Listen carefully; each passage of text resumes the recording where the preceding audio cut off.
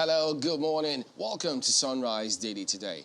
I'm Chamberlain. So, well, it's a beautiful Friday morning here in Lagos. I'm Kayode Okikulu. Good morning and welcome to Sunrise Daily on Channels Television. I am Bukola Samuel Wemimo. And from Abuja, good morning. I'm Maope Okun-Yusuf. July 31st, not today's date. It's a deadline that INEC has given to end the continuous voter registration exercise. You know, there's been a lot of back and forth as to what the court was going to say, how it was going to, how the commission was going to proceed, assuming it didn't go the way it did. So they've said, at the moment it's 31st. So you need to go back and check your calendar, check your locker, check whatever it is, and see, have you gone ahead to register? But you know, several states have given, they try to help their workforce in whatever way they can to see what can be done. I mean, moving around, you see some voter registration points in different parts, depending on where you are actually. So, but at the moment, Lagos happen to have given their workforce, 4 days, 4 work-free days to go out and register. So I think that the commissioner did say, look, they like 75% of the workforce to be available for these 4 days to ensure that this is done. Because I think you remember that report that said over 1 million old PVCs, about 28,000 or thereabout, not collected. And so figure keeps increasing depending on what time actually that they put out those figures. But the thing is, if that deadline is 31st, as Annika said it is, what have you done about it? Big question, really. When you consider the fact that today is July the 29th. Yep. Yeah. I don't need to counteract. We all and know they when say July. they love lastminute.com. And that shouldn't be the modus now, because July 31st, by the way, is a Sunday, right? So it's a quite tricky one. I think the registration is Monday to Saturday, if I'm correct, I guess.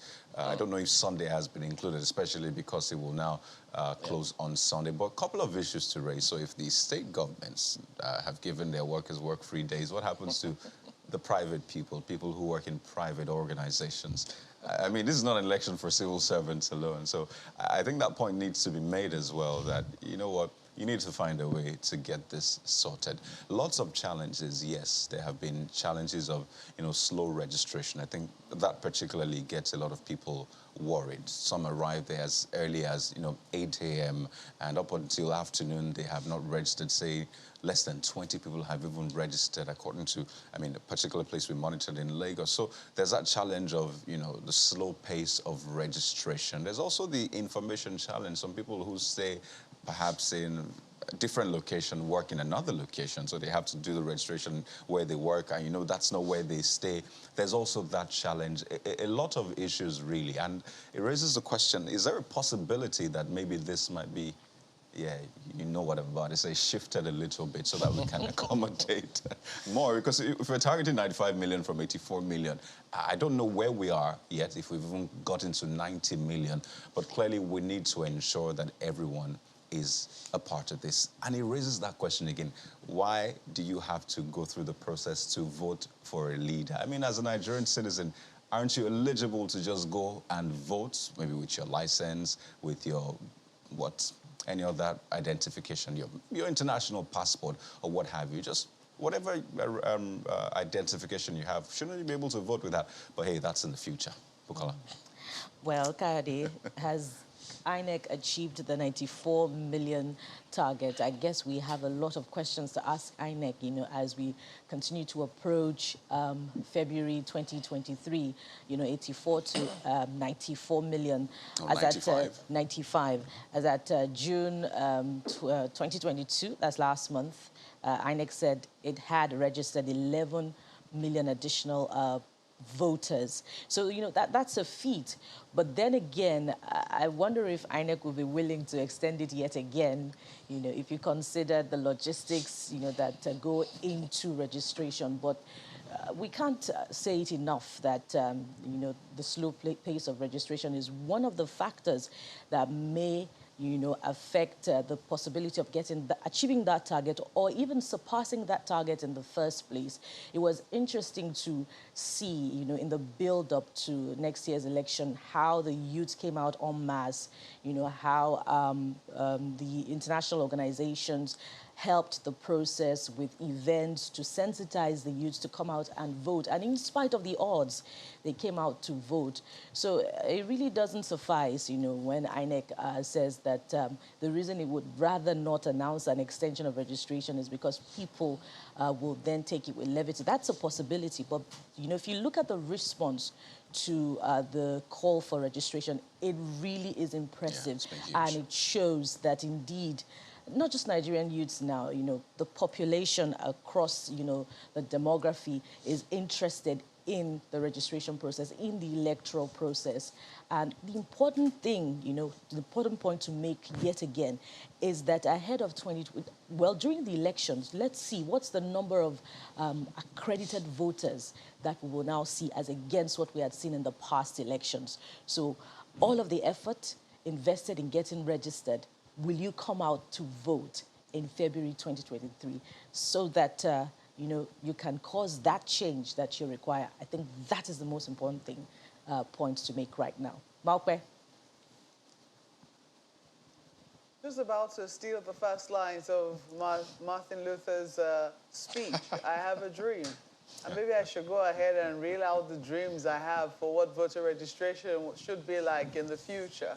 And I want to believe that that future should not be too distant, that at any point in time you could sit in the comfort of your home and cast your ballot, or that, you do not have to go through a harrowing queues just for you to be able to change your location.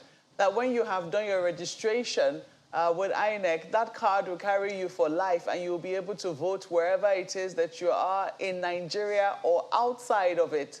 So whilst we'll give INEC kudos for how it's conducted the voter registration and even the awareness it's done around it, and even a lot of the CSOs, particularly Yaga Africa, who worked with a number of celebrities to ensure that the youth really come out this time around to make their numbers heard, we should continue to aspire to where it is that, to make things seamless for our citizens in terms of, voter registration and being able to vote. So let us see how, you've said a lot about it. Let us hope that not only will people be able to register this time around as they have, I still believe that we'll still see some last-minute rush. Don't be surprised on the 31st, which is a Sunday, you'll still see queues because people know that's the last day. I want to believe that on that day, INEC will maintain the same principle which it does, that they will not close until the last man has been registered on that particular day. There have been a number of challenges. I have seen the process. It is actually heavily dependent on data, that's internet provision, which is sometimes not very present in many localities. So I ask myself what will happen on the day of elections. They also need electricity as well, but at least the Beavers machines, when you charge them for a while, they can last for quite a while. So there have been some improvements, but let us hope and see, let us hope that the improvements will also translate, as Buki has rightly pointed out, that, it will translate to people coming out and being able to cast their ballots. But if you haven't registered, you still have 2 days. Don't be discouraged. Go out and get the process done. And don't forget to pick up your PVC when you're done. Yeah, that will be a very interesting one to do. So until that dream comes through where one day it doesn't have to be like a carnival. You stop work, no movement and things like that because we want to vote for candidates for election. But until that dream comes through, go get yours now. Better late than never. We're back in a moment to take you through some of the dailies. Welcome back. Let's take you through some of the dailies. We'll start with Vanguard newspaper today. Look at that. Insecurity.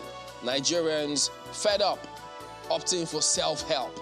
NSA. Well, you actually needed to have listened to that, so you just understand how this came about. It was part of his narrative. But it's a lead story on the front page of Vanguard newspaper today. I know some may say, whoa, if that's coming from the NSA, who am I? I know, but look at some of the riders. 20 killed as bandits sack Zamfara communities. How herdsmen sacked 25 communities in Taraba. Ascribed to lawmaker. Bandits invade Plateau community, kill 6. So it looks as though bandits are having a free rein. 2 security men shot, killed in bid to kidnap, it says, expatriates in Owo. Just keeping up with that particular one as well. Archbishop Oko takes over as CAN president, tasks Buhari on killings. FG to sanction BBC, Trust TV over terrorism glorification. Reps join senators, threaten Buhari with impeachment. And then you see NAS impeachment threats against Buhari self-serving, says Kachiku. Seek foreign help urgently, Onitiri urges FG. And then you get to see Brigade of Guards, how officers, soldiers were ambushed, killed by terrorists. 30 terrorists behind the attack killed, DHQ.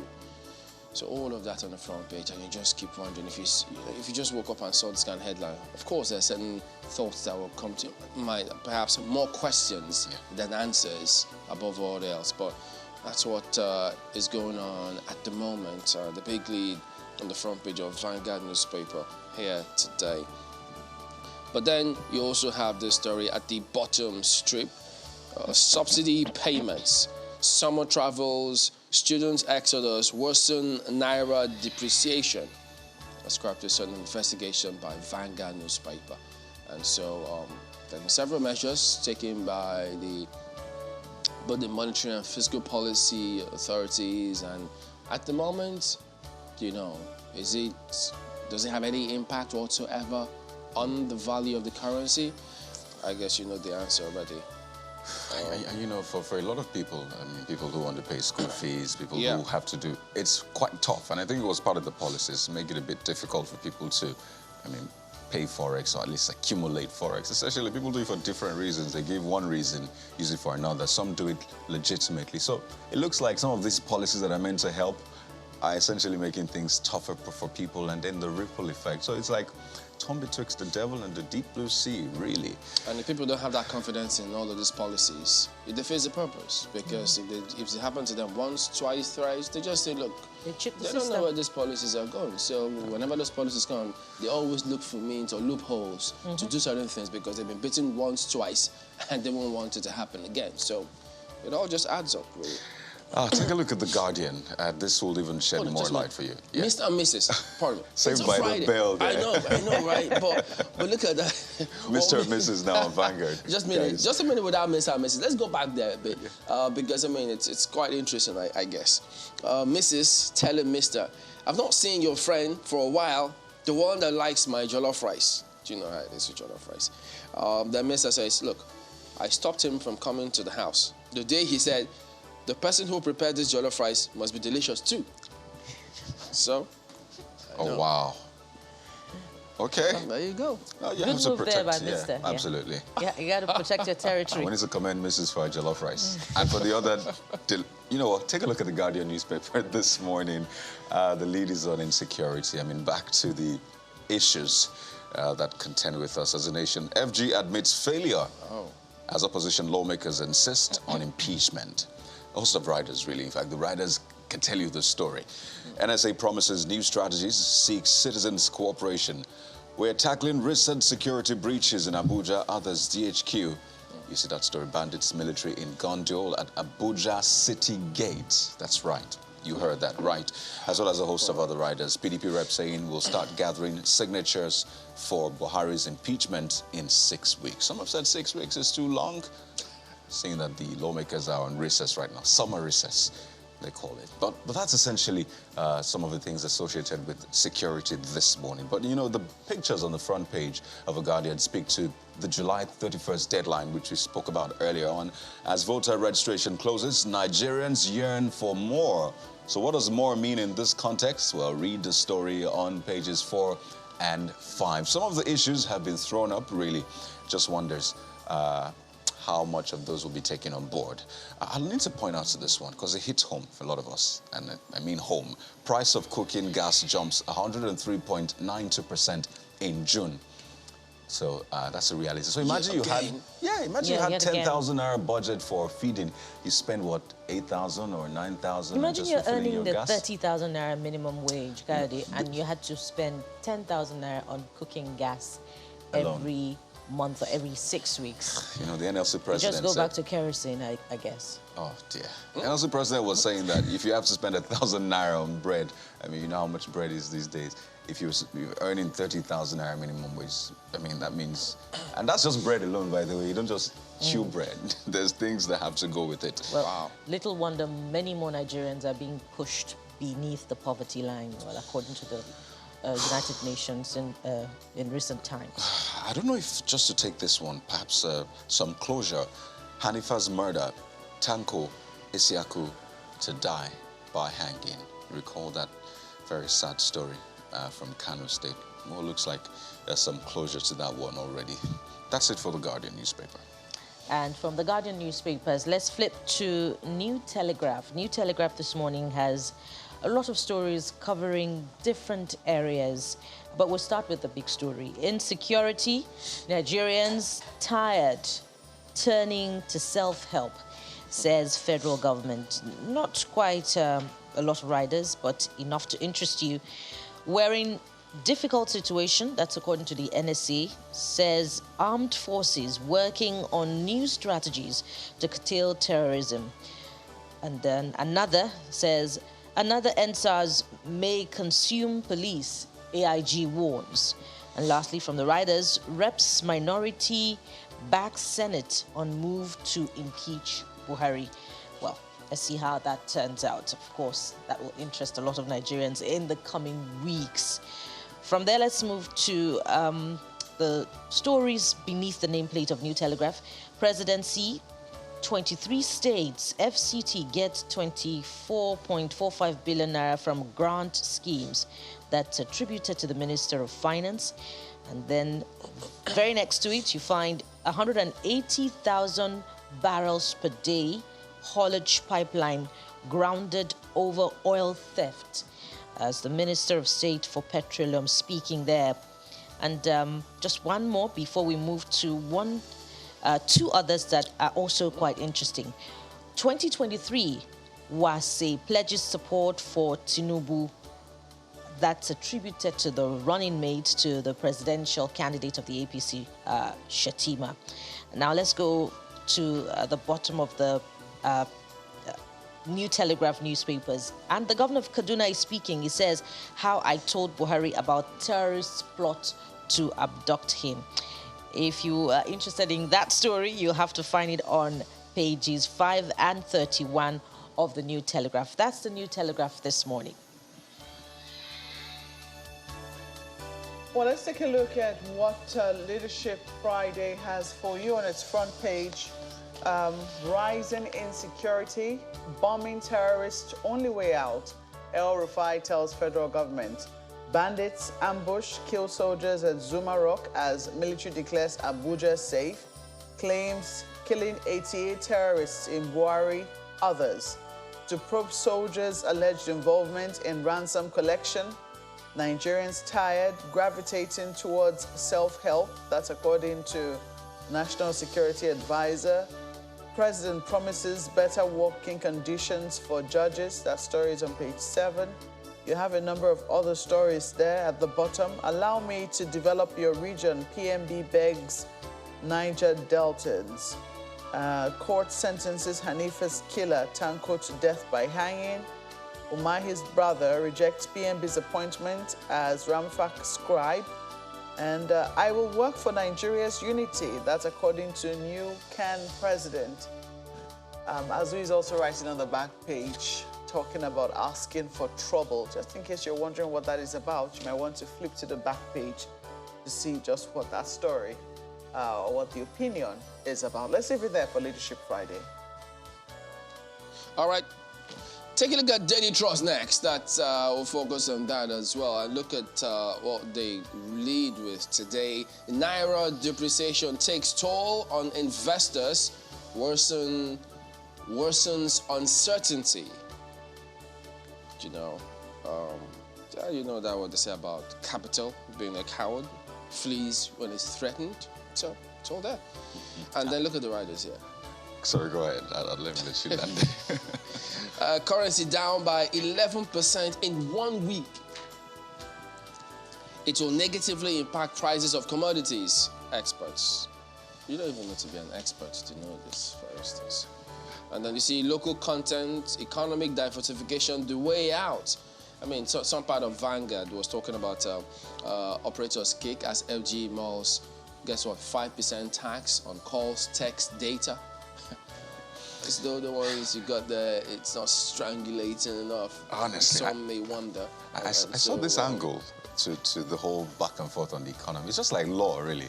They're always different sides. So the thinking for some is that, you know what, the fact that the Naira is depreciating means that, countries out there who want to do business with Nigeria see Nigeria as lucrative.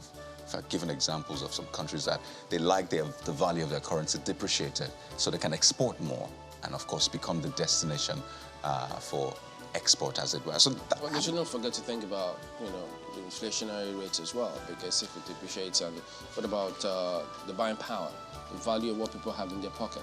Except that this also is really not deliberate. There's cost push inflation. So it's really not something that we sat down. It's because of depletion of infrastructure, there's hardly power and all of that. So, we'll talk about the economy today, definitely. Now, take a look at the Nigerian Tribune this morning. Leads with insecurity as well. That's something we've seen across board for not just days or weeks, for months now. Nigerians tired, gravitating towards self-help. That's the Nigerian Tribune. We'll take the Daily Trust eventually, but I'll just show you this one on Nigerian Tribune. And this statement is credited to the NSA, military developing new strategies to curtail terrorism. He says, those piloting affairs of Nigeria far away from reality, Afeni Ferry. So that's what you find there. And there's a picture, really, that shows the Ondo State governor with officials of Craneburg Construction Company during his visit to that scene of the attack yesterday. Really causes a lot of worry. How we were attacked, that's according to victim. And we spoke to some of them yesterday. They didn't even see what was coming, just saw men with AK-47s, and they were wondering, what's going on here? This is a construction firm. But that's what you find on the front page, as well as other stories. There's back page as well. Yeah, Amoshon Brume Land Boost Team Nigeria Spirits. That's the 2022 Commonwealth Games. Did you see the opening ceremony yesterday? Quite a scene, really. But we wish Team Nigeria the very best, as always. Please go for gold. Those are athletes of the moment. Absolutely. That's the Nigerian Tribune Sports and the Nigerian Tribune this morning. And from the Nigerian Tribune, a very quick look at News Direct. And this will interest you because it affects everyone. Outrage over federal government's imposition of 5% excise duty on telecom services. And the writers say Nigerians to pay more for calls, others ATCON. NCC rally stakeholders on implementation. There you have it. Amid, the depreciation of the Naira, inflation, Nigerians will yet have more difficulty to contend with as far as the economy is concerned, as you are set to pay more for calls. And two more stories. Let's see. Above the nameplates, corruption fight. I am eager to sign open government third action plan. That's according to President Muhammadu Buhari. And lastly, beneath the nameplate, we'll find a political story there. PDP reps back Senate caucus on Buhari impeachment threats. That's News Direct for you this morning. And ends a look at some of the dailies here as well. But we will be back in a moment. Stay with us. Welcome back. Well, yes, we can't talk about these things enough. Or what's the option? We sit back and fold our arms? that's certainly not an option. So, yes, we've got Mr. Muda Yusuf joining us now. He is the CEO, Center for the Promotion of Private Enterprise, CPPE, but he's a former Director General, Lagos Chamber of Commerce and Industry. Good morning. Good to see you again, sir. Good morning, Chamberlain. Let's take you through some of these figures. I mean, you know them already, but just to refresh our memories, if we talk about the excess crude account, just look at it at a glance, because it was established in 2004 by the federal government at the time to ensure that they cushioned the impact of the change in oil revenue and try to stabilize the economy.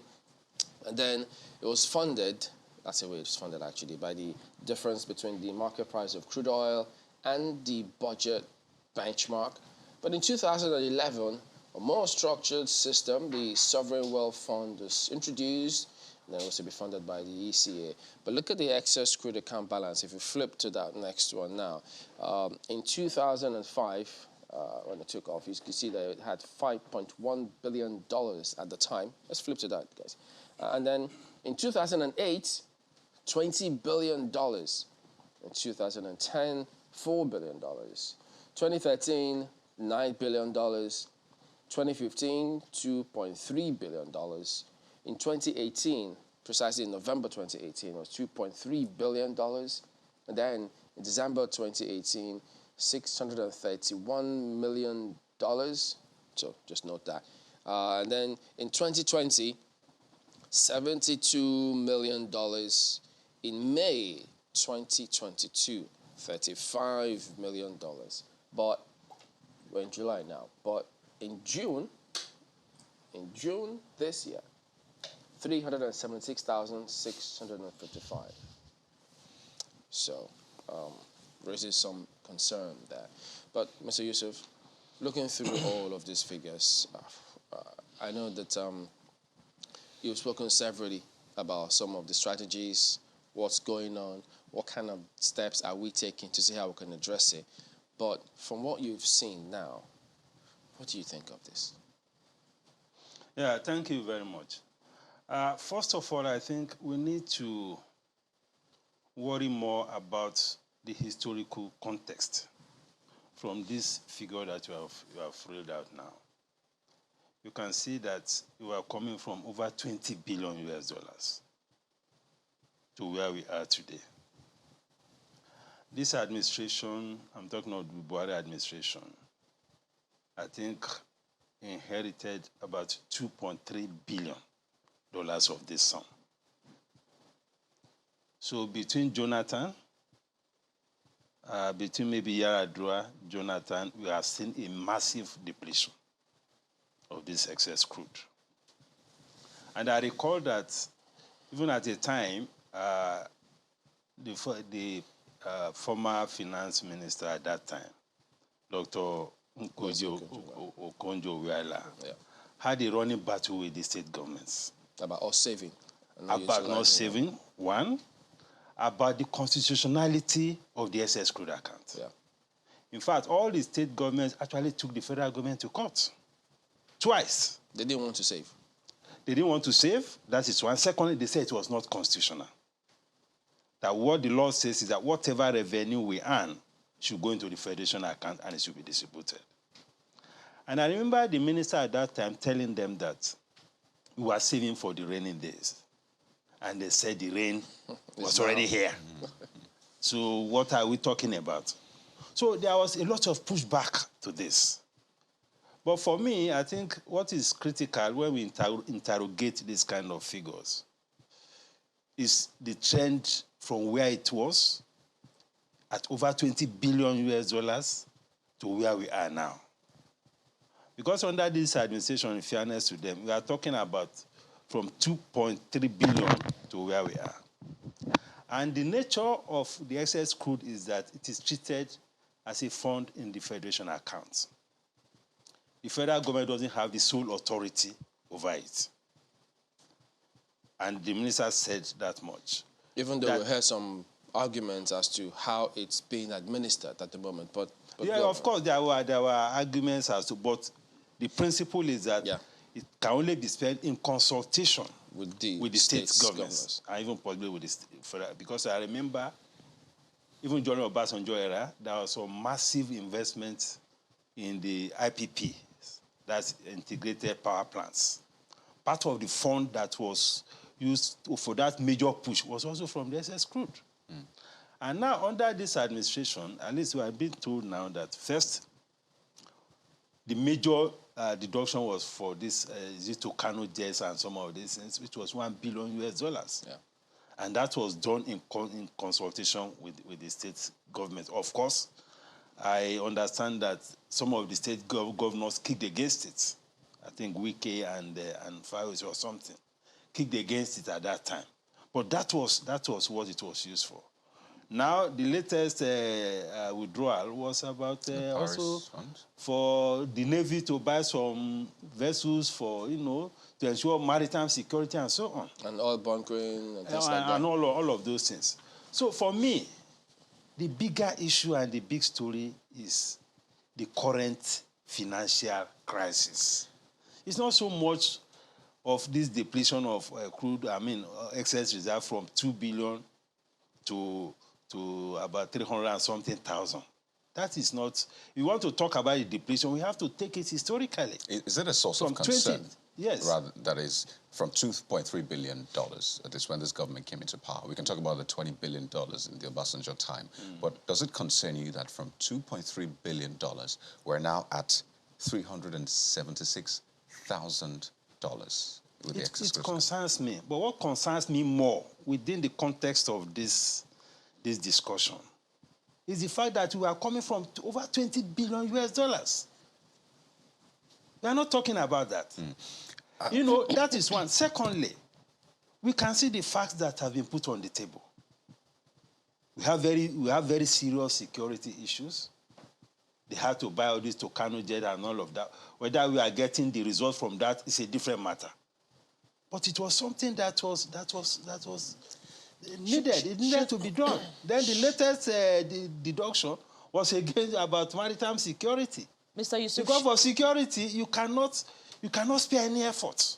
Mr. Yusuf, look at where we are. Mr. Yusuf, should that be a different matter? Or shouldn't the argument be that, okay, indeed, the funds have been spent on security, and then we're seeing the gains on security, and then if there's security, we can begin to rebuild on that for the economy to begin to thrive? Should we dismiss the fact that we're not seeing the gains if indeed the funds have been spent on security? No, there are different issues.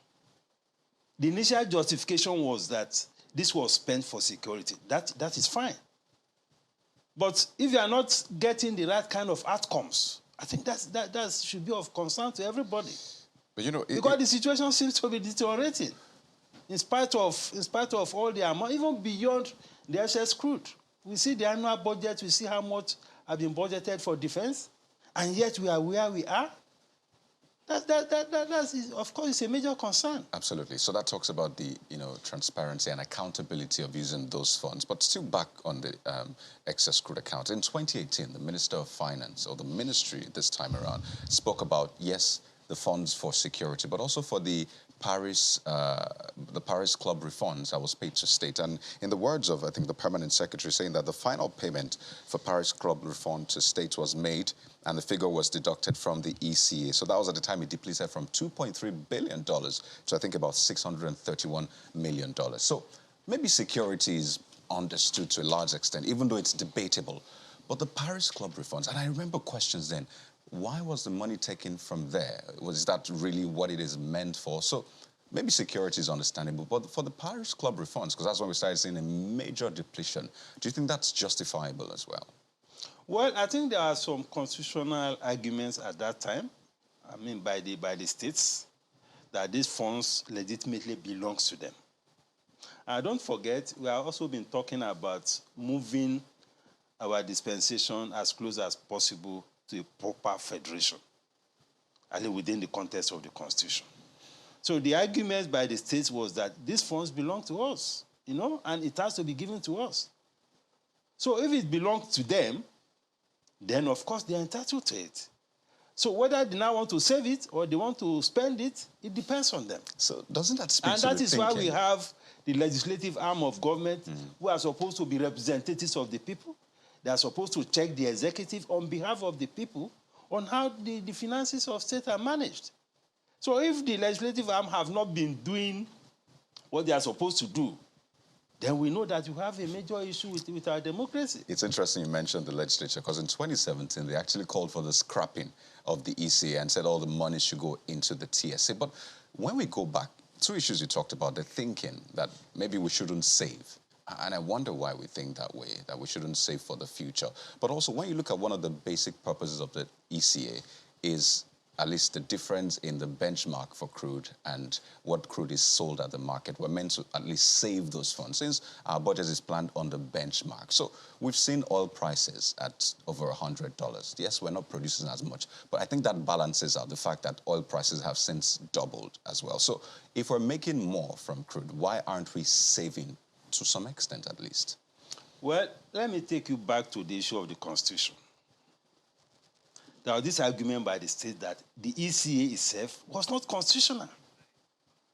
You have to run the country according to the Constitution. It's not in the Constitution. So if they argue that way, you cannot fault them. But the logic of saving is a fantastic idea. It's a fantastic concept. You know, you don't eat with all your 10 fingers. You have to save. That is why we have the Sovereign Wealth Fund. We had it was set up with $1 billion US at that time. There was a controversy around that too as well. But at least it's been managed well. We have very sound professional team managing the Sovereign Wealth Fund. And the fund is still there. And it has about 3 components. There's the Infrastructure Fund. They are part of the people supporting the Niger Bridge and some other infrastructure projects. There is the Future Generations Fund. That is to prepare for the future generation. That is something to show them that this is some of the legacy work that we left for you. Then there is the Stabilization Fund. The Stabilization Fund is to support the government when there is a major fiscal crisis. And I know that during when we had the pandemic, the federal government drew some money from the Sovereign Wealth Fund. But it's still very, very small. We are talking of $1 billion. A country like Norway has 1.3 trillion US dollars. Our economy is bigger than the economy of Norway. You know? The constitutionality and so many countries like that. Regardless of the constitutionality of the excess crude accounts, let's look at the argument of the Minister of Finance now saying that the reason we've not had accretion to the ECA is because of the volatility of the oil price in the international market. How do you view that argument? Is it legitimate? Well, generally, I'm not sure that the administration has also been very prudent in the management of resources, generally. And that is part of the reason we also find ourselves in this crisis, you know. But apart from the volatility of oil price, there is also the issue of the oil output. Because consistently, our oil output has been falling short of budget targets. It has been falling short of the OPEC quota, you know. So these are some of these. Because if you have the high oil price and you have a major shortfall in your output, sometimes it just cancels out, and you are not able to save. And in any case, the way we have carried on, at least in the past few years, does not show a disposition to save. It does not show sufficient prudence in the management of our finances. You know, I think that is part of the challenges that have brought us to a situation now that we have a major fiscal crisis. Where we are spending more to service debt than the revenue that we are earning, which is a major issue. That means that all the funding of either the personnel costs, the overhead costs, capital projects, everything is now coming from borrowing. That is, of course, it's not sustainable. And it's a very frightening situation. So we need to worry about the way the finances are managed, first, on the expenditure side, because the way government has been spending does not show that we have a revenue challenge over the years, because there has been no serious efforts to cut down on expenditure. And some of the information, some of the statements even from the finance ministry and all of that does not indicate that we are committed to doing anything about expenditure. There was a time they even said there was nothing we could do about expenditure. I mean, that cannot fly. So we have a whole lot of issues. Mr. Yusuf, if I may come in. Okay. I was. Thank you. Good morning. Okay, I just wanted to quickly, I share the fright that you feel. I'm sure a lot of Nigerians do as well. I think it's even more frightening when you think about the fact that this is happening across all tiers of government. Part of the argument back then, I think between 2011 and 2013, even going up to 2015, when they were talking about putting more money, even establishment of the Sovereign Wealth Fund and putting more money to the Sovereign Wealth Fund, a lot of the states were arguing then that they could do their savings by themselves, that they did not need the federal government to save for them. But sadly, down the line, this is how many years down the line, we have not seen any state lead by example to say, look, we're in our budget, we're also putting some money aside for the rainy day. Should we also be looking at how the states have managed their finances so far with a view to putting pressure on them to say, you too can do something? Exactly. We need to engage the states a lot more. Because when you look at even the whole system of transparency, accountability, we seem to even be having more openness in terms of finances, financial information, expenditure information at the federal level than at the state level. You can Google the federal government budget and see details of how monies are spent, even up to the cutleries that are being used in the State House. It's there on the website. But how many states have that kind of openness in terms of their expenditure? So in terms of accountability, in fact, the situation seems to be even much worse at the subnationals than even at the federal. Because there is no disclosure, no information. What you get most times are just summary of what the budget is. And that's it. And the kind of engagement that you have between the National Assembly and the executive, at least in previous parliaments, not this parliament, was such that there was some interrogation of the executive. But at the state level, you hardly can distinguish between the legislature and the executive. So the kind of checks and balances that we expect to see at the state level, we are not seeing it. And it's even worse at the local government level. We don't even hear anything about it. At least it's also a tier of government. No information, nothing. You just hear that they have gotten the allocation, and that's it. And we hear stories of some local governments where people only gather when the allocation has landed. Once they finish distributing the allocation, everybody disperses. Yeah. And that has been the trend in many of the local governments. So in terms of accountability... So how can we reverse? How do you think we can reverse this trend? Whilst we're really, really worried, and as we ought to be about the current state of things, what do you think that we can do to, pressure? I know that there's been, even the World Bank has had to intervene in recent times, asking for more transparency in states. But the World Bank's intervention is going to come to an end, I think, by December this year or so.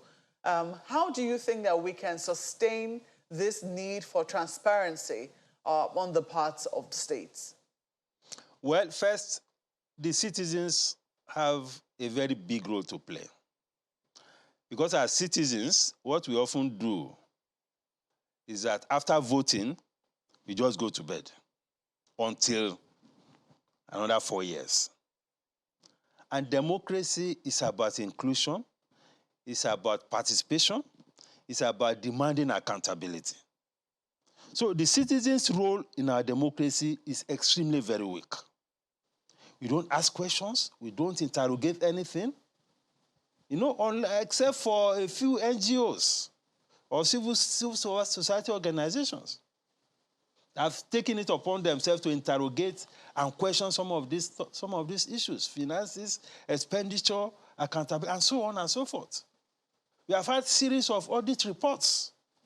How much of it was, there was no action, practically.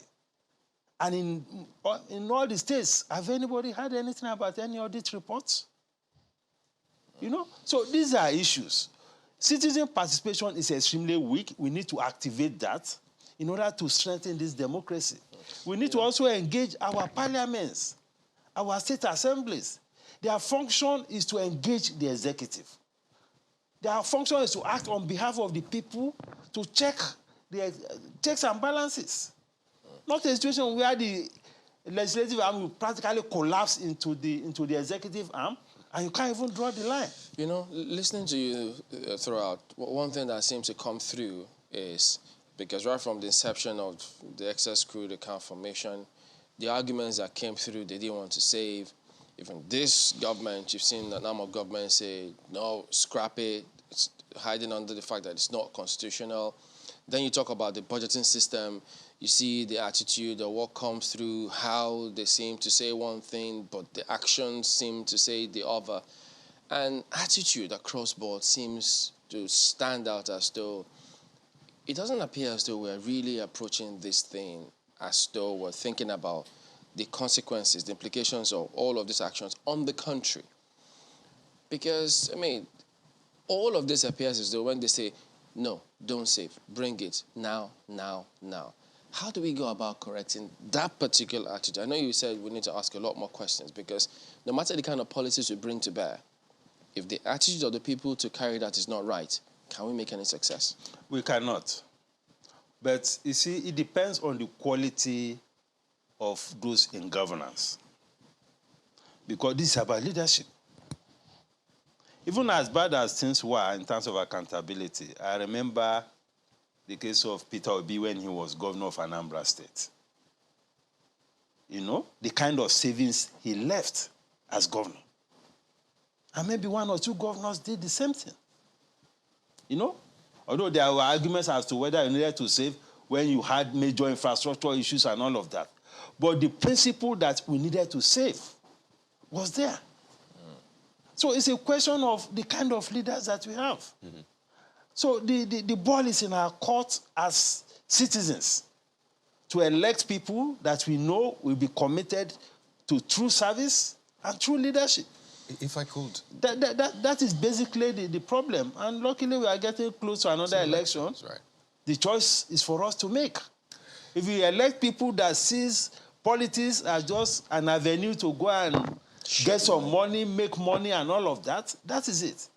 If you elect people who you really know are committed to service, that is the kind of thing we should be doing. But, you know, there's this thinking that really does you engage? I mean, you said it. You don't vote and then go to sleep. And I'd quickly like to take this excerpt from Dr. Ngozi Okonjo-Iweala's book, Fighting Corruption is Dangerous. And she was talking about the excess crude account and some of the back and forth. And they said around 2014, the chief opponent of these arguments to deposit savings in the Sovereign Wealth Fund, or the ECA, was Governor Chibuike Amechi of Rivers State, the chair of Nigeria Governors Forum at the time. He was strongly supported by Governor Adams Oshiomhole of Edo State, who was very vocal in voicing his disapproval and suspicions of the federal government's management of the ECA. Of course, Governor Babatunde Fashola of Lagos State, senior advocate of Nigeria on a constitutional basis, Governor Godswill Akpabio, and a host of governors. And she said that, you know, others, such as Governor Peter Obi of Anambra State, argued for savings. And I think you referenced that, but they were not supported. And I wonder, so people had elected those governors into power. What could they have done at that point? Because when it was time to take decisions, it was the people they elected that took the decisions for them, and essentially we have to live with those decisions. So what can people do in the middle after you've done elections to ensure that such decisions that don't essentially reflect maybe what we want for our future are not taken?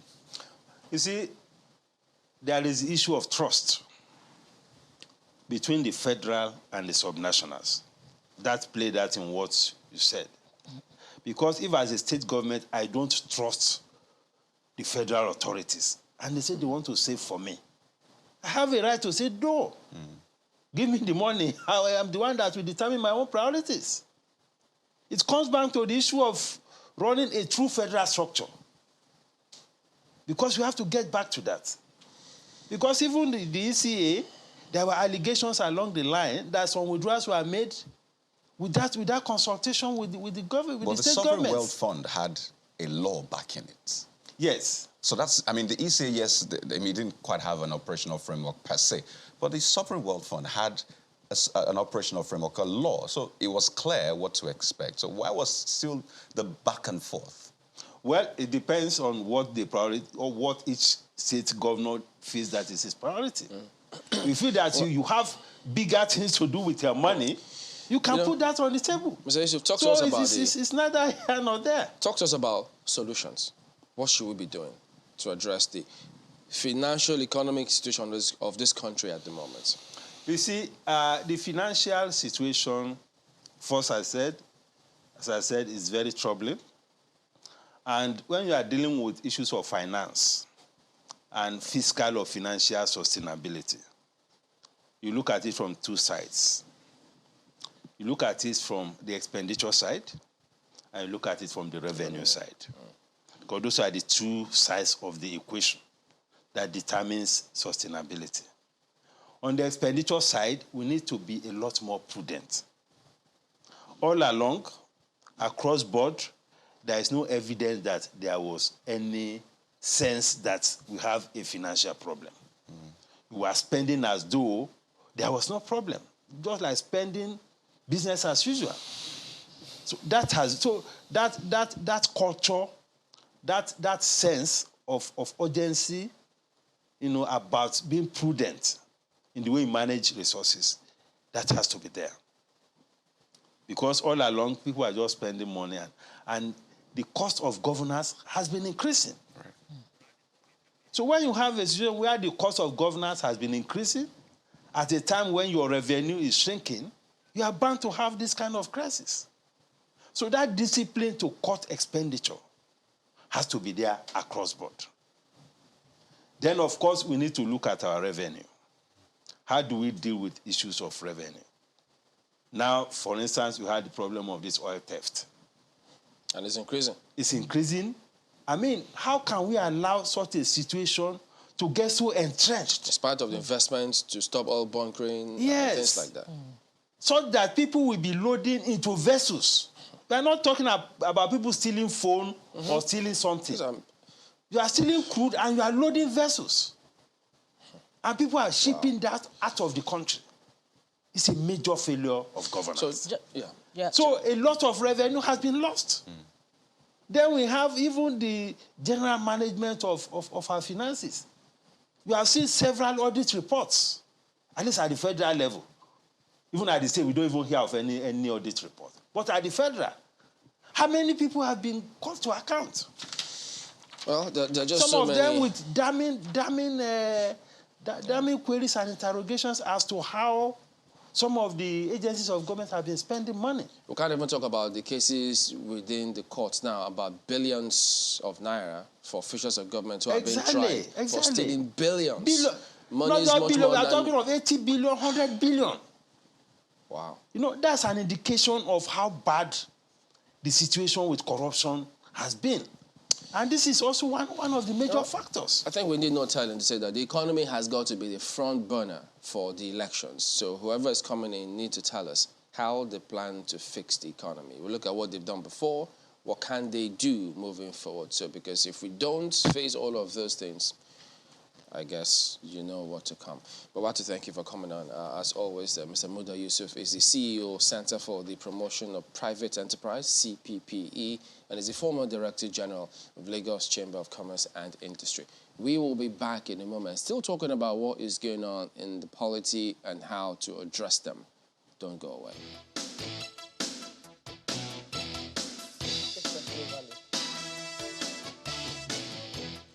Well, that's where we're starting from this morning. You just heard in a report details of the National Security Council meeting which held here in Abuja. Just on Wednesday, we had seen legislators in the National Assembly, make a threat to impeach the president if, nothing changes with the security situation in Abuja and around the country in the next 6 weeks. Now, whether or not they'll follow through on that threat will remain to be seen, but this is what we currently have. Well, to discuss some of the challenges that we're currently facing this morning, we have with us Mr. Osita Chidoka, who is a former special advisor to the PDP chairman on strategy and external engagement. a former Minister of Aviation, and maybe I should also say former Co-Marshal of the Federal Road Safety Commission. Good morning and welcome to Sunrise Daily this morning. Thank you. Good morning, Mope. Well, dire straits, that's where we're at. I mean, if you take a look at all of the front pages this morning, insecurity, Nigerians tired, turning to self-help. That's according to the federal government. This will be, is it the second or third National Security Council meeting that's been held in this month alone? And there are questions as to why it is that we're not seeing the results that we ought to. Is it a question that has bothered your mind? Yes, I've commented many times about the rising insecurity in Nigeria.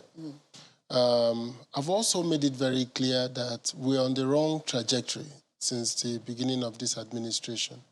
First of all is the failure, the massive failure to manage our national diversity. And that failure has grave implications for the security agencies. You see, the security agencies in Nigeria, I think many people forget that they are recruited on a state-by-state basis. So every state is represented.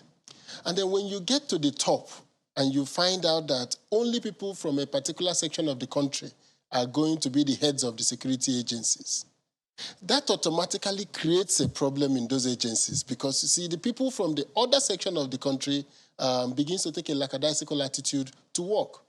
So management of our national diversity destroyed the camaraderie, they destroyed the bond of the security forces.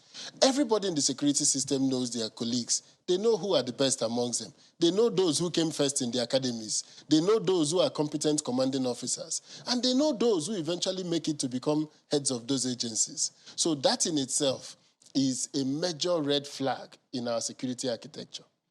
The second one is that the failure of the government to look at our security architecture from end to end.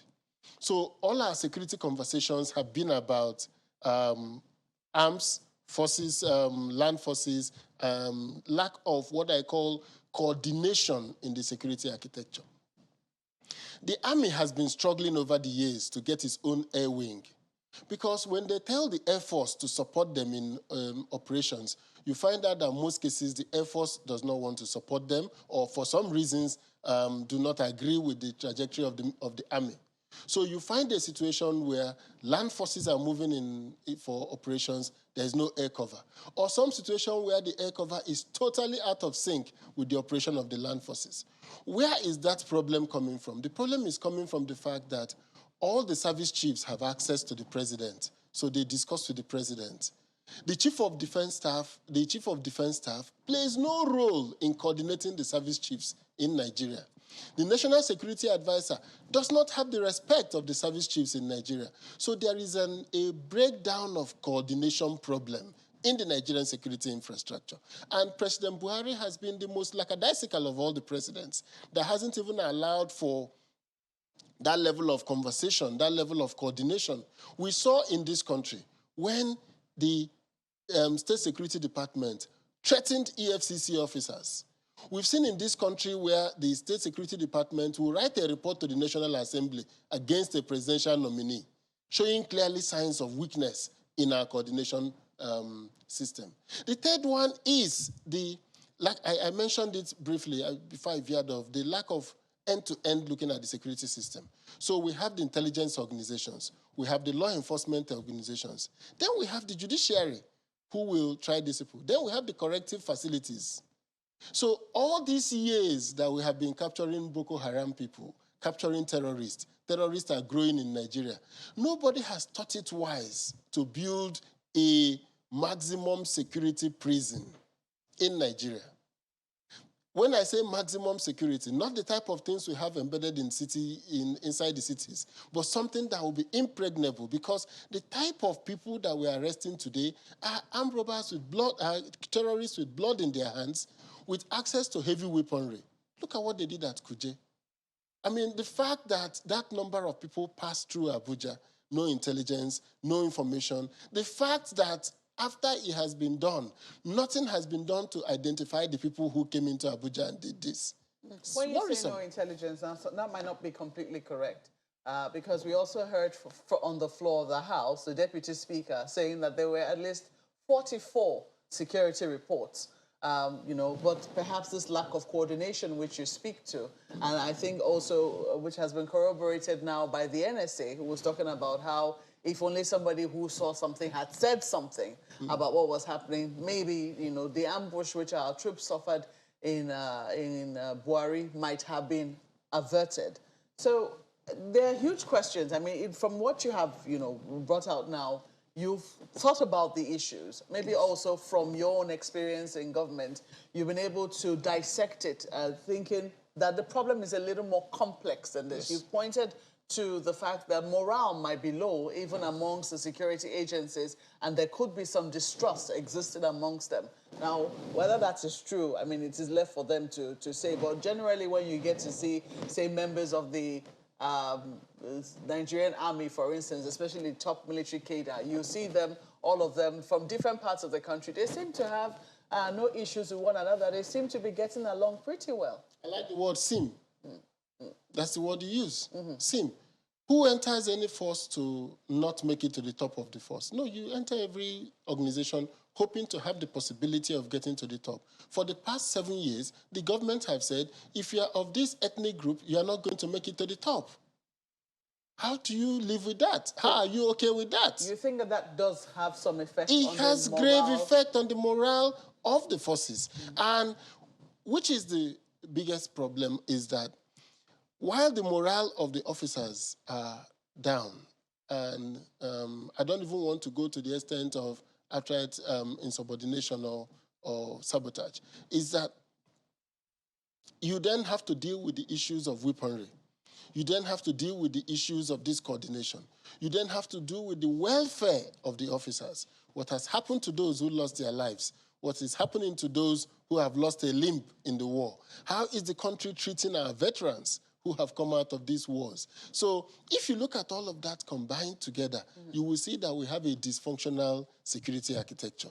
Our soldiers are not ready to take risk. Our police are not policing.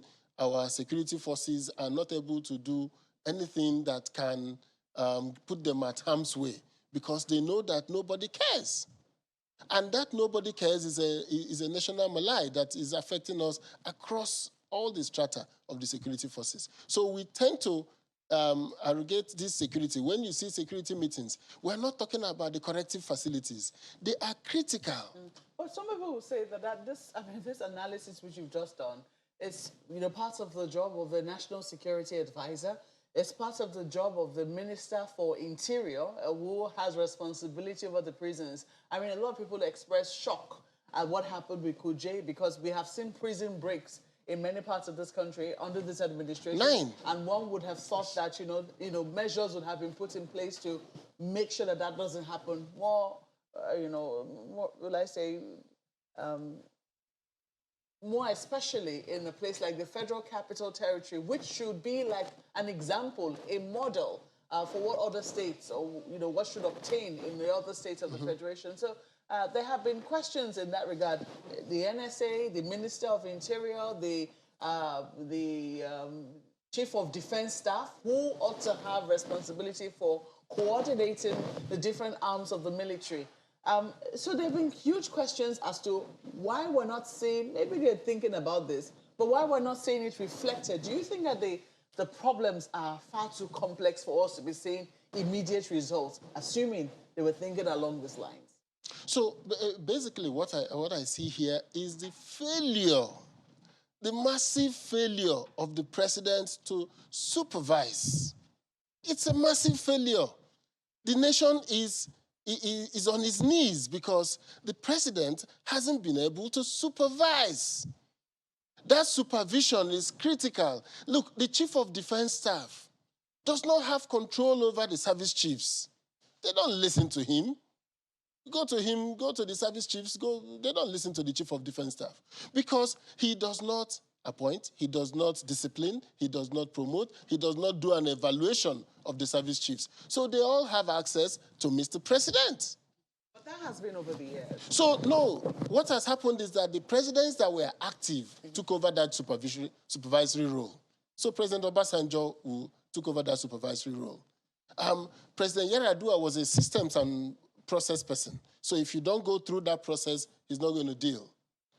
President Jonathan had his own style in dealing with. He used to have strong NSA. Is, as a result of the fact that presidents had literally taken over that role, they had disempowered the office of the Chief of Defense Staff.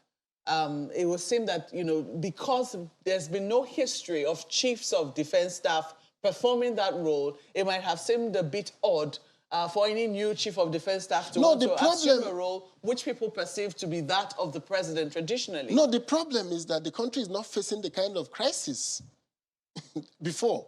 The crisis that we are facing now is such that there will be an overhaul of our systems and processes. The crisis we are facing now is that the whole of Northwest is under bandits' attack. We have no answer to them. In the Northeast, we have the Boko Haram. In the Southeast, we have the ESN, IPOB, and the criminal elements that are operating there. In the South-South, we have serious issues of oil theft. The most coordinated form of oil theft is going on in Nigeria today. We're barely making 1.5 million barrels a day. Of that 1.5 million barrels a day, NNPC is remitting zero to the Federation account. This is an existential crisis. This is not the time for going back to what we did before. This is the time, 3 quick National Council of Security Council meetings. Is that normal? No, it is not normal. This is the time. It was this kind of situation in the Niger Delta that led President Yar'Adua to come up with the amnesty program. You have to look at, how do I solve this problem? The problem we have today is that, I have said this many times, 50 kilometers from the president's house in Abuja, the Aso Rock, Nigerians cannot pass through Abuja-Kaduna Expressway. You can't go through Jere and go to Abuja now without being kidnapped, go to Kaduna without being kidnapped. This is 50 kilometers away from the Chief of Army Staff, the IG of Police, the DG of SSS, the Commandant of the Civil Defense Corps, are all in Abuja, and we can't do a 120 kilometers journey to Kaduna. That's awful. That's an existential crisis that will have called for new and creative methods of solving the problem. That is a situation that would have caused for massive control over the officers in charge of this situation. Because now, if you look at what has happened in the prison, the Minister of Interior is walking away with it. Everybody is just explaining it. SIP is happening. No resignation. Nobody is sacked. Nobody is sanctioned. That should be where we will have started from. Everywhere in the world, existential crisis gives countries an opportunity to rebuild their security infrastructure. I'd love to give the example of Colombia. They had issues like us. They had kidnappings, they had the FARC rebels, they had the drug laws, the Medellin cartel, and the other cartels operating. But what did the government do? They went to the British, they went to the Americans, and they formed a special force. They said, we can't repair our whole military. We can't repair our whole police. But we can create a special force that can help us fight these rebels. And we see the results. The FARC rebels came down and said, okay, no more armed conflict. They destroyed the cartels. Colombia managed to turn back a situation that was worse than Nigeria in less than 10 years, using special forces. I said because you cannot fix a problem by waiting to do a nationwide fixing of the problem. So we needed to have said, okay, where do we go from here? What are we thinking about? I remember President Obasanjo came with the Colombians to see President Buhari to say, what can we learn from the Colombians? They didn't only just fight. They also set up systems that turned around the terrorists. So if you come out from the terrorist enclave, from the FARC rebels, they had a proper system of rehabilitating you, bringing you back into society, and stopping further recruitments into the FARC rebels. So I see you've made... did that with ETA. So I can't understand why in Nigeria, at this existential moment, we are not able to think out of the box. Right. I see you've made a few points, really, and I'd like to latch onto the last two, particularly the one before now. So you've talked about partnering, essentially finding creative ways to end this. Talked about the Colombian forces and how they got partnership and all of that. You also talked before that about some sort of negotiation. You reminded us of, during President Yar'Adua's time with the Niger Delta, how there was some sort of negotiation. We're faced with terrorism, banditry, whatever it is called now. And I wonder, are you saying part of the options to explore is some sort of negotiation, perhaps amnesty, as a way forward to dealing with this? Is that what you're implying as well? So everything has to be on the table at this time. Everything has to be on the table. Partly because in the case of the Niger Delta militants, there was the issue of resource control. There was the issue of an economic crisis. You could see the motivation of the militants in the Niger Delta was purely economic. Now, in the Northwest, it looks to me like we have economic terrorists too, who are doing kidnapping to fund lifestyle, to fund their operations. So that's one. Secondly, in the Northeast, we seem to have an ideological rebel group. In the Southeast, we seem to have a combination of both an ideological and a criminal element side. So there are those who, if they are looking for money, you can negotiate. There are those, if they are ideological, it may be difficult to negotiate with them. You must bring them on their knees. Now, beyond bringing them on their knees is that you must do what everybody has done in the world. First of all, you must stop the recruitment. You must stop people from being able to join them. How do you do that? You must identify the rebels. You must profile them. The public must begin to know the quality of people, the kind of people that join this organization. Every time we've had these issues, there is no place you go on any security website and you will see a detailed analysis of the key commanders of the Boko Haram, the key commanders of the bandits in the Northwest. That will have allowed us to see what is their education level, where did they go to school, who are their parents, in which communities are they coming from, so that those communities can begin to work towards getting their young people not to join these rebels. But what we have in Nigeria today is a black hole. The security system is so incompetent that we're not even able to get information. I can see them destroying camps in the Southeast, and yet we're not getting any information. But when you say the security system, we had the issue of kidnapping in the Southeast. All right. You can land on that point before I come in, please. Yes, when we had this same situation, we had a system where the government came up with the idea that when you are arrested for kidnapping, you are taken to any house you use will be destroyed, and you are taken back to your village. Because of the shame that came to those who owned those houses, because of that shaming, the issue of kidnapping went down straight in the Southeast. So we need to figure out in every community a combination of our psychological warfare and military warfare. It will not end only in the military warfare. There needs to be a psychological warfare that helps us to re-educate the people in those communities, help us to re-engage them, and help us to make sure they do not get further recruits into these bandits and terror organizations. So as a follow-up, when you said that because the security system is so incompetent, in your words, I wonder how we can then match that with the statement of the presidency saying that the president has done all and even more than what is expected of him as commander-in-chief, and by way of moral, material, and equipment support to the military, and expects nothing short of good results in the immediate. So it would seem as though the position from at least the president is, given all they need to be competent, as it were. So how do you marry an incompetent security system, which you say, with at least the support and even more needed to be competent, as said by the presidency?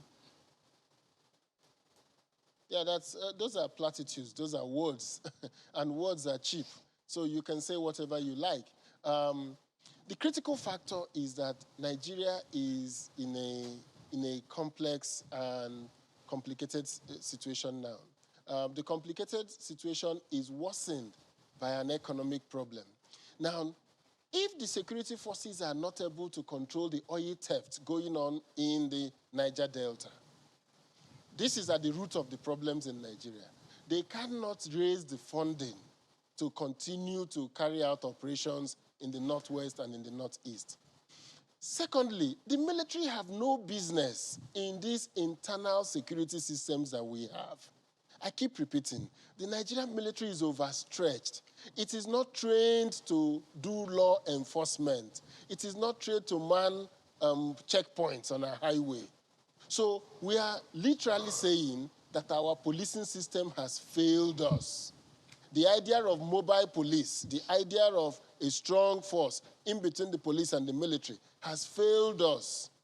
And in the last 7 years, nobody has made effort to rehabilitate the mobile police force into a competent fighting force that we can use for internal security. So the military is doing something that they are not trained for. It is one lesson that has been learnt globally. Internal insurrection is not quite fought by the military. That's why the Colombians left their military and formed the Jungler, a specialized force that they used in these operations. Now, if we cannot control the oil theft, I mean, in the last 3 months, NNPC has come to FARC with no money. And they said, you know, we don't have any money to bring because we are using it for subsidy. I believe we will talk about the economy as we go on. So there is no way all the institutions of government will be well funded. Absolutely no way, because the government is not receiving revenue. The fact that we are borrowing from the central bank, the fact that we are printing currency and getting from ways and means to fund our budget is already a red flag. The terrorists know that the Nigerian state is at its weakest level. It has no revenue, it has no monopoly of violence, it has no unity behind it, it has no national consensus supporting it. That, for me, is the biggest problem that Nigeria is facing. The terror organizations now have RPGs, they now have anti-aircraft, they have sophisticated weapons, and they know it, that the Nigerian state is on its knees. The Nigerian state is now fully comatose because it doesn't control, like I said, it doesn't have resources, it doesn't control violence, and it doesn't have the support of Nigerians behind it. And these are the critical things as we march on into the year. This is going to be a very critical year for Nigeria as NNPC turns up every month with no revenue to the FARC account, even demanding that the other agencies that have generated funds should help refund them the sources of the petroleum subsidies that they have refunded, Mr. and also Chidoka. the weakened remittance. Yes, indeed, Mr. Chidoka, it's a stark reality that Nigeria currently has on her hands, which have compelled the military to deal with internal insurrection, which is the point I'd like to follow up on, particularly on the synergy between the security agencies. But that will be after the break. We must go for a break now. Stay with Sunrise Daily. We'll be right back.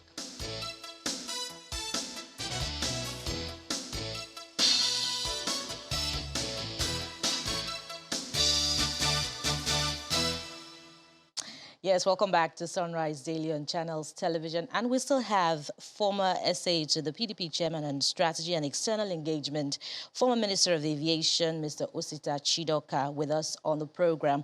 And we're still looking at insecurity and the solutions that are possible, especially in the run-up to the general elections. Mr. Chidoka, we can't talk enough, and the point keeps coming up about how the service chiefs do not answer to the NSA, about how the Chief of Defense Staff does not control the other service chiefs. The point keeps coming up on the program. And it's interesting that you're also making the point. And you have also referred to the character of former presidents and how they, handle internal security when it comes to the service chiefs. It is even more critical because we're heading for another general election, and, those who are on parade positioning to take the office are not former generals, they're civilians. It's, a surprise that we're even having the conversation in the first place about this when we consider that the president is a former general. We need the service chiefs to work together. We still have about 8 months to the handover. What pattern do you think this conversation should take, particularly with the character of the incoming, those, positioning to take the office of the president? How do you think we should begin to talk about it such that, they can handle security going forward? So one of the first things I think we need to do is that, like you said, 8 months is a long time in the life of individuals, that we can't concede the 8 months to terrorists and to people who are interested in undermining Nigeria. So we need to work at the situation now. I think that the most important thing that needs to happen now is that the president has to cede the power of supervision to somebody. And that somebody should be the Chief of Defense Staff and the National Security Advisor. Now, why the National Security Advisor is that the security architecture of the nation goes beyond the military. It goes through to the intelligence organizations, it goes through to the corrective facilities, it goes through to other paramilitary organizations. So we need to bring this together. And in bringing this together, it is very interesting that despite all the investments we are making in our national ID systems, in our SIM card registration, we are not yet seeing the benefits in being able to control the behavior of non-state actors. So I need to understand the role of the National Identity Management Agency, the BVN, because terrorists are now receiving money via bank accounts. Kidnappers are now requesting for transfers in Nigeria, showing you how far we have fallen in a country like this. So we need to get back again to understand that when we say that something is an intelligent organization, it actually means that the people are intelligent. I just can't understand how unintelligent people manage our intelligence organizations. It's just something I can't wrap my mind around. All over the world, intelligence organizations are going to universities, looking for first-class students, looking for people that have knowledge in technology, in engineering, in social sciences. People with first class, they are competing with the banks. They are competing with Google and all the other big employers to find this type of people, knowing fully well that they can't pay them as well as the private sector. So they induce them to join the intelligence organization. Nigeria is the only country where I'm seeing people going into our intelligence organizations. I dare the SSS to publish the number of first-class students that are in the state security services. I dare them. They should publish it. I dare them to publish the number of people that has first class in French, knowing fully well that all the neighboring countries around us are francophone. NIA should tell me the number of first class students who have French, who are native French speakers, who work for them. I dare them. Because this is a country where we don't know what it means to bring people together. We have to talk about technology. How many of the young Nigerians in the tech space have been recruited into our intelligence organizations? Because we need to triangulate. We need to monitor the movement of these terrorists. We need to look into their backgrounds. We need to do their biometrics analysis. We need to do forensic analysis. I dare the National Security Service to tell us how many Nigerians with strong tech background, first-class degrees, foreign degrees that are working for the Nigerian security agencies. Well, this is a road to nowhere. So we need leaders that understand the fact that they must control the security architecture. They must have the capacity to get the respect of people in the security architecture. Even the procurement in the military is something that even the Chief of Defense Staff, even the people working in the Ministry of Defense cannot tell you with certainty who does which procurement. You know, I'd like to pick up on some of the matters you mentioned earlier. Yes. Yeah, pardon me, about crude oil theft, actually. Because I do remember sometime in 2014, the governor of Delta State at the time, Dr. Doran, who was chair of the National Economic Council on Crude Oil Theft, thought that Nigeria was losing about 40,000 barrels per day. So he spoke at the oil and gas conference saying, crude oil theft in Nigeria will continue unless Nigeria prosecutes the eminent personalities who were involved in that trade.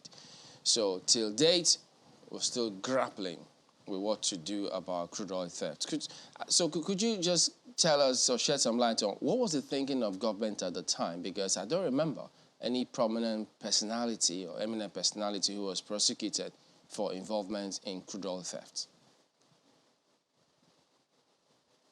Well, if the governor then knew the eminent personalities that were involved in the crude oil theft, he should have said so.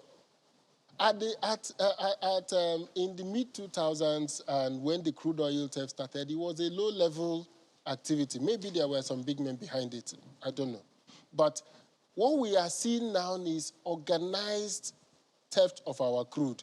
I mean, we heard the chairman of UBA Bank, Chief Tony Elumelu, cry out about his inability to export crude from their production platforms.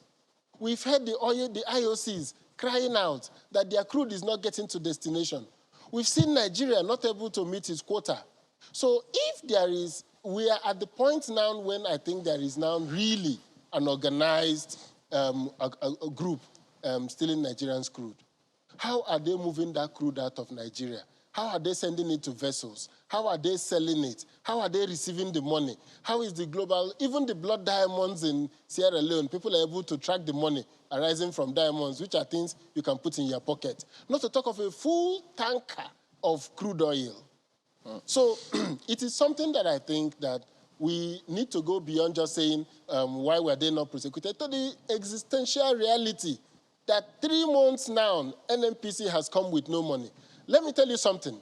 In 2014, the CBN received about $98 billion from the NNPC. $98 billion. Almost about 3.8, almost $4 billion every month they were receiving from NNPC. In 2021, they received less than $500 million from the NNPC. So why do we have dollar scarcity? Why is dollar at 700 naira today? It is at 700 naira today because the federal government is not earning dollars. I hope the country knows that where we are today is that the federal government of Nigeria can continue to print as much naira as it wants. The central bank can continue to give them as much naira as they want. The fact remains that they are not earning USD. Right, and they can only earn it immediately from NNPC because the other part of earning the USD is from agriculture, which insecurity has damaged greatly. Now, if you know this, 80% of the ships that come into Nigeria leave Nigeria, and I suspect it's about 90%, leave Nigeria empty. Aircrafts that come into Nigeria leave Nigeria empty. If they go to Kenya, they carry fresh flowers from Kenya. If they go to Ghana, they carry farm produce to go out of Ghana. Only in Nigeria do the airlines come in without having anything to leave from Nigeria. Okay, Same thing with the ships. And what is the implication of that?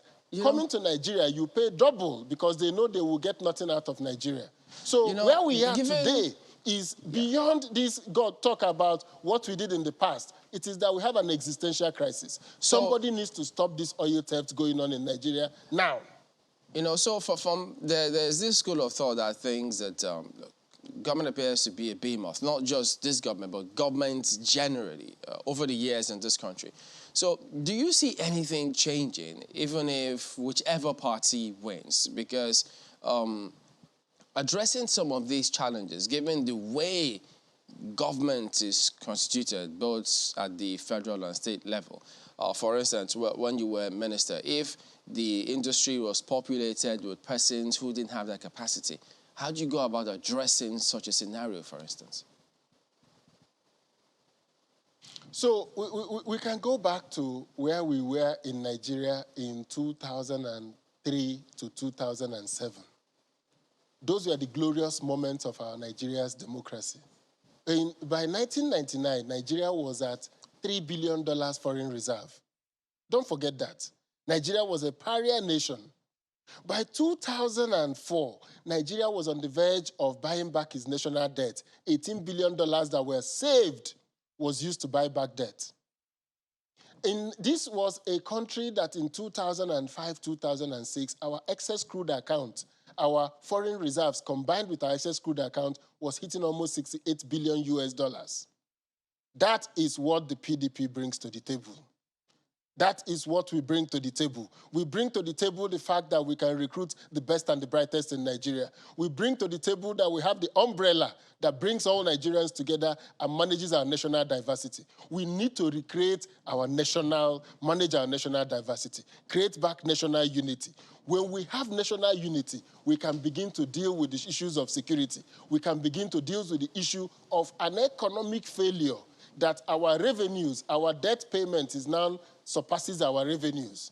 I mean, we saw the government raising their hands that for the first time they're paying more, we have more debt payments than we have revenue. And this is something we could have predicted.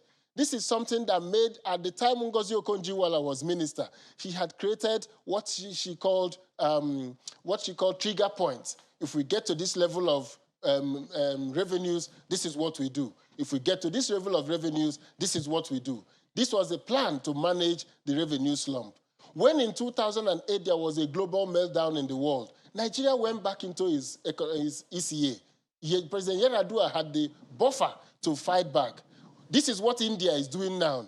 India has told the world that they are ready to defend the rupee. Because what? India has $600 billion in foreign reserves. So speculators are not going to India to speculate. President Modi has made it clear he's ready to defend the rupee. Nigeria cannot make that bold claim. In 2008, we did. We said we are ready to defend Nigeria. We are going to draw down money from our excess crude account, from our rainy day account, and make sure that Nigeria does not feel the impact of the global meltdown. And we survived it. So the point where we are today is that the first assignment that needs to happen is to recreate our national unity. If we do not recreate it, if we do not give every part of Nigeria that sense of unity, only the PDP can do that. And I believe that in 2003, if we're elected, we are going to be able to recreate that national unity. Because you see, Nigeria is not an urban country. Nigeria is both urban and rural. Nigeria is not Lagos and Abuja and Port Harcourt. Nigeria is also Sokoto and Zamfara and Kebbi. Nigeria is also Anambra and Imo. Nigeria is also Rivers and Osun. So when you combine the kaleidoscope of Nigeria, you know that what we need at this time is not just an urban middle-class revolt. What we need is bringing all Nigerians back to the table. And in doing that, we are going to be able to solve the problem of banditry. We are going to be able to begin to bring back the criteria for bringing in people into our security systems. Well, this is what we did greatly in the PDP years, opening up the recruitment process. We're also looking forward to the elections, and I know that the campaigns will start, will be in full swing sometime very soon, perhaps in September. I think that's the date that INEC has set. There are those who have their fears about where we currently are at to, the elections. There are those who are asking the question whether or not even the elections will hold. First, do you exercise such fears, and how gravely endangered do you think we are in spite of the meetings that we're seeing? Well, we're in real great danger. We're in real great danger, but I believe that the Nigerian spirit, that resilience that we have will see us through to the 2023 election. Because I don't think any Nigerian can wait to see the government out of office as soon as possible. So I think we will overcome. But the challenge I have is that the terror organizations, the people that are the bandits, know it, that Nigerians are at their weakest point in terms of our national unity. So they are going to go to our fault lines. They are going to tweak our fault lines. They are going to continue to provide this terror environment to diminish our capacity to overcome this. And the elections are not going to help. The elections, because our elections are usually quite divisive. Sometimes they are fought along ethnic lines and religious lines. We've already seen that battle starting. The elections are not going to help that. How do you think, because we will say the security situation ought to also be a rallying point for all Nigerians to say, a group of ragtag terrorists cannot overrun 200 million of us, assuming we were together. Yes. So how do you think that a government can call for unity at this time so that we can face the common threat that faces us all, at the same time hold elections in 2023 with campaigns that will most likely be divisive? Well, I go back to what I have always campaigned for. So I call it the mistake of 2022. The mistake of 2022 is that Nigerians underestimate what happens when we respect agreements. I want to put it on record that in 2022, Nigeria as a country made a fundamental error. That fundamental error is the inability to accept our zoning principle in Nigeria. And I hope and I believe that the PDP, that after we win this election, we will revert back to the zoning. And I think we have the word of Vice President Atiku that he must go back to zoning. Why am I saying this? In 2018, the election was between two Fulani people. So there was no issue of religion or ethnicity in that election. In 2019. 2019 yes, election, indeed. 18 election, 19 election. In 2014-15, there was a southern-northern election, and it was very divisive. In 2007, there were two northerners from Katsina State, President Buhari and Yaradua, and the election wasn't divisive. In 1999, there were two Yoruba people. So we made a choice between the two Yoruba people. From 2003, when President Buhari ran against that zoning formula, what happened was that they introduced that, what I call the ethnic card in Nigeria. So if you look at the map of that election, the core northern states voted Buhari, and the south and the middle belt voted President Obasanjo. Jonathan benefited from that in 2011, but by 2015, the House can no longer hold. So the 2027 election must 23 election? No, the 2027 okay, election, 27, looking ahead. Election must be an election anchored on zoning. We need to bring people from the same geopolitical zone so that we will discuss issues of competency and capability. Now we are not discussing that. We are discussing Muslim tickets because, you know, the Southwest had been president for 8 years, vice president for 8 years, and now it's still their turn to rule Nigeria. The Northeast, that have never ruled Nigeria, they are running. Now the Southeast is also running in the Labour Party. So that problem that happened in the 1979-83 election that led to the opposition parties coming together to form the PP, the alliance that never held between Zik and Awolowo and Wazir Ibrahim. Nigeria was almost going back to a two-party state, and I believe that in 2027, we must go back to zoning. We must stop elections that divide us to our fault lines until we have finished our nation-building phase. Then we can begin to throw it open for let the best man win. Well, Osita Chidoka, former special advisor to the PDP chairman on strategy and external engagement, and also will I say, former Minister of Aviation and also former Commercial of the Federal Road Safety Commission. Thank you for coming on Sunrise Daily this morning.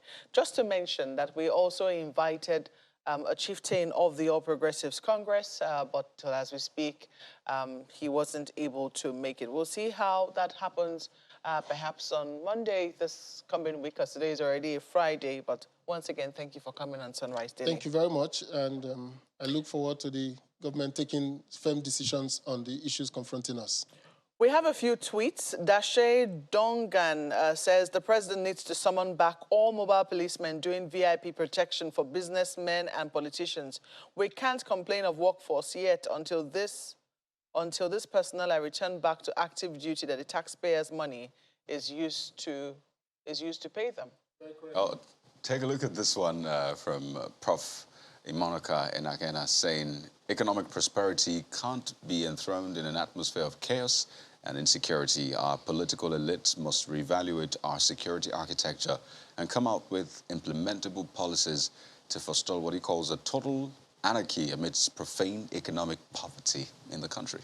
And for Festus Akimboyewa, he's concerned about the ECA. He says, while the depletion of our ECA and rising debt is worrisome because it can make the overall health of the economy vulnerable, it seems government has no choice in the face of the public health restrictions we had during COVID. Huge oil subsidy, lower income from taxes and oil.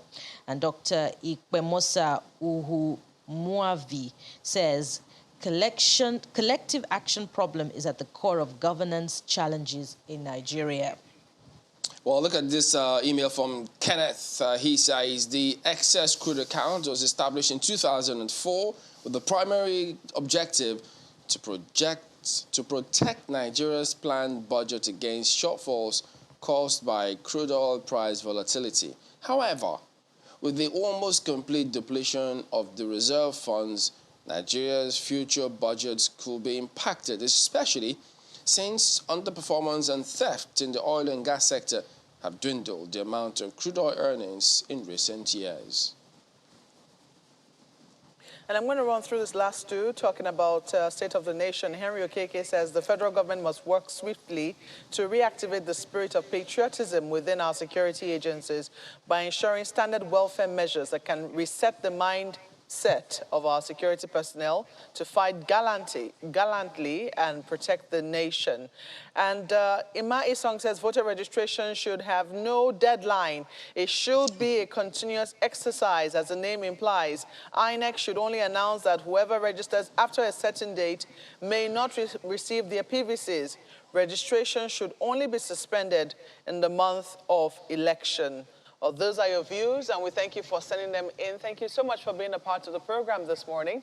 I'm Maokwe Ogun Yusuf. We'll see you in the new month. That's August, right? I'm Kayode Okikilo. Yes, indeed. Thank you for watching. I am Bukola Samuel Wenimo. I'm Train Belenusa. Have a good one.